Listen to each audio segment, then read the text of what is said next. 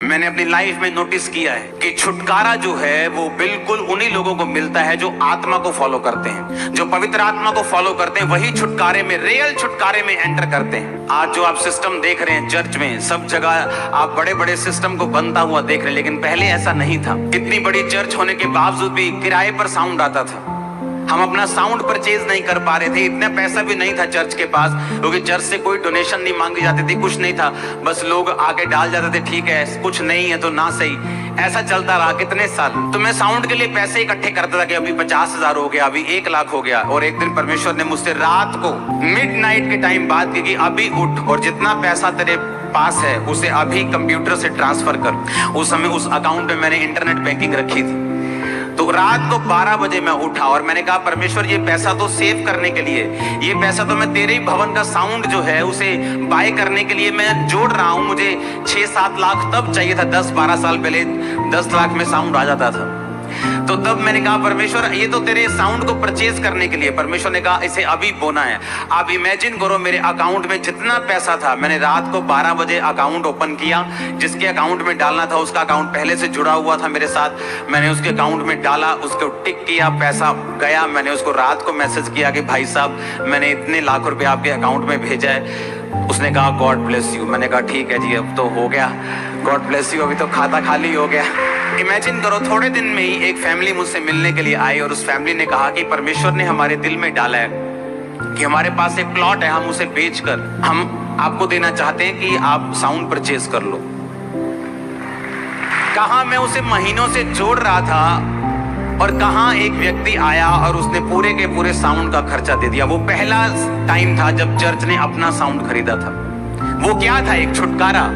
आज चाहे उस पैसे की आज उतनी वैल्यू नहीं, वो उतने पैसे के शायद 4 माइक आए, आज 1.5-2 लाख का माइक है, पर उस समय वो एक छुटकारा था मेरे लिए। आप कितने मेरी बात को समझ रहे हैं? मेरे लिए वो बड़ा छुटकारा था कि मेरी चर्च किराए से फ्री हो गई। अब किराए का पैसा मैं दरी में लगाऊंगा, मैं चर्च को बनाने में लगाऊंगा। मेरे लिए वो छुटकारा था। लेकिन परमेश्वर ने वो छुटकारा मुझे इसलिए नहीं दिया कि मुझे साउंड की जरूरत थी। जब मैंने विश्वास के कदम को उठाया तो परमेश्वर ने वो छुटकारा दिया। जब चर्च शुरू हुई 2007-8 में, 7 में मैं खामरा में आया, 8 में चर्च शुरू हुई, 3 लोग थे चर्च में। मैं ही चाय बनाने वाला था, मैं ही चाय बांटने वाला था, मैं ही दरी बिछाने वाला था, मैं ही दरी उठाने वाला था, मैं ही टेंट मैन था, मैं ही प्रीचर था, मैं ही क्लीनर था, सारा कुछ मैं ही था। हालेलुया। जब लोग आने वाले होते थे दरी भी मैं बिछाता था, पुलपट भी मैं ही लगाता था। साउंड तब जरूरत थी नहीं 3 लोगों में। सारा कुछ, चाय भी मैं एक बनाता था, बिस्किट भी मैं लेके आता था, उनको पिलाता भी मैं ही था, उनको खिलाता भी मैं ही था, उनको प्रीच भी मैं ही करता। सुना मेरी बात। परमेश्वर की सेवा जो है वो शौक से होती है, आमीन। वो लव से होती है कि चाहे मैं 3 लोगों के सामने हूं, लेकिन मुझे यीशु मसीह से प्यार है और मैं उनको परमेश्वर के बारे में बताना चाहता हूं, उनको यीशु मसीह की लाइन पे लेके जाना चाहता हूं। तब क्या हुआ 2007-8 में एक 10 बाय 10 के कमरे से जब चर्च शुरू हुई तो चर्च बढ़ गई। जब 27-28 लोग हो गए, ओवरफ्लो हो गया। बल्ले भी बल्ले, 27 अगर 27 से 3 लोग ज्यादा हो गए तो ओवरफ्लो हो गया। 3 लोग बाहर बैठे जी हॉल के। आज खामरा चर्च ओवरफ्लो था, 3 लोग बाहर थे, ऐसा ओवरफ्लो था तब। सुनो, हालेलुया। तो क्या हुआ, जब मैंने बात की, मैंने सोचा कि मेरे उस कमरे के पास ऐसे 2 बेड़े हैं, एक ऐसे जाता है, एक ऐसे जाता है। तो मैंने, वो किराए पे था, मैंने मकान मालिक से कहा, मैंने कहा लोग बढ़ रहे हैं तो मुझे ये वाला आपका जो यहाँ पे मीटिंग अभी करनी पड़ेगी। उसने मना कर दिया। उसने कहा नहीं ये छत थोड़ी सी कमजोर है, पता नहीं मीटिंग होगी कि नहीं, मतलब उसने मना कर दिया। मैं सोचा, मैंने कहा मैं तो ये सोच रहा था कि यहाँ होना चाहिए, परमेश्वर मेरी हेल्प करेगा, लेकिन अब मैं क्या करूंगा। तो परमेश्वर ने इंतजाम किया है कि नीचे प्लॉट, मेरी फैमिली का प्लॉट था, वहां मीटिंग शुरू हुई। उसके बाद जब वो भर गया, उसके सामने ग्राउंड थी, फिर वहां मीटिंग शुरू हुई। जब वो ग्राउंड में हम गए तो उस ग्राउंड का जो मालिक था वो एक दिन आके बोला, यार तुम इतने कब्जा ही ना कर लियो। मैंने कहा भाई साहब हम 200 करोड़ की कोठी फ्री में छोड़ के आए, ये कब्जा करने के लिए नहीं आए हम। हाँ, लेकिन तब लोग आपको समझते नहीं, जब आपके अंदर रिजल्ट नहीं होता, जब आपने कुछ दिखाया नहीं होता, तब लोग आपको समझ नहीं पाते। तब मैंने कहा ठीक है, हम ये जगह 1 महीने के अंदर अंदर छोड़ देंगे। हमने जगह फाइंड करनी शुरू की, परमेश्वर कोई रेंट पे जगह हमें दे दे।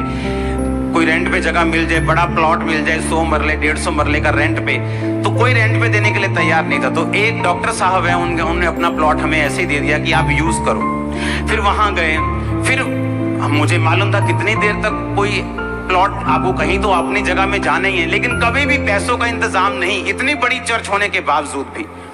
एक दिन जब मैं इंडिया के बाहर था, तो वहां पे मुझे जब मैं चर्च में गया, तो वहां पे रूम के पैसे लगते हैं। मान लो एक रूम के वहां पैसे थे कि मान लो कि 80,000 रुपया एक वीक का, मान लो 2.5-3 लाख रुपया मुझे उस रूम के उनको देने थे। तो जब मैं वहां उस चर्च में पहुंचा अपने स्पिरिचुअल फादर के पास, तो उन्होंने मैसेज भेजा कि आपको रूम के पैसे देने की जरूरत नहीं। तो मेरे पास वो सारे पैसे बच गए। और जब मैं 3 हफ्ते वहां पे रहा और जब मैं आने लगा, तो परमेश्वर ने, आप इमेजिन करो, ये नहीं कि पैसे बच गए, अभी फायदा हो गया वापस ले जाएंगे पैसे, नो नो नो। मुझे मालूम था कि परमेश्वर खास मकसद के तहत ऐसा कुछ कर रहा है। जब परमेश्वर ने कहा कि जितने डॉलर्स तेरे पास हैं वो सारे बो के जाने। आप इमेजिन करो, मेरी जेब में लाखों रुपए के डॉलर्स थे, और जब मैं वहां फ्लाइट में लागोस से न्यू दिल्ली के लिए चढ़ा हूं, मेरी जेब में $1 भी नहीं था, सिंगल डॉलर। सारे डॉलर्स मैंने बो दिए। सुनो मेरी बात, अब मुझे कितने साल से हम ट्राई कर रहे थे। 2008 की मिनिस्ट्री चल रही थी, 8 निकल गया, 9 निकल गया, 10 निकल गया, 11 निकल गया, 12 में प्रवेश करने वाले थे, अभी तक चर्च के पास जगह नहीं थी। ये नहीं कि हमें चाहिए, बहुत ज्यादा जरूरी चाहिए, इसका मतलब ये नहीं परमेश्वर हमें दे देगा जब तक हम विश्वास के कदम नहीं उठाते। जब मैंने वहां पे एक बड़ा बीज बो दिया और इतना विश्वास के साथ कि परमेश्वर वापसी में अगर कोई काम पड़ गया तो तू जिम्मेवार है, मुझे मेरी जेब में एक भी पैसा नहीं है, आया तो मैं लाखों रुपए के साथ का, तेरी जिम्मेवारी है। इमेजिन करो, जब मैं वापस आया, परमेश्वर ने इंतजाम बनाए। 2012 के लिए परमेश्वर ने, फर्स्ट टाइम था जब चर्च अपनी जगह में गई थी। उसके बाद जब वो जगह जहां पे ली गई, उसके साथ वाली जगह ली, लेकिन वो साथ वाली जगह झगड़े वाली थी। वो बोलता था मेरी है, जिसको हमने पैसे दिए वो बोलता था मेरी है कि प्रवासी लेनी नहीं जगह, साढ़े पैसे वापस करो। हमने वो जगह बेच की। 2014 में हम फिर इधर आए जहां आप बैठे। आप मेरी बात समझे कि नहीं? मेरा छुटकारा मैं आपको इसलिए बता रहा हूं कि कैसे हुआ।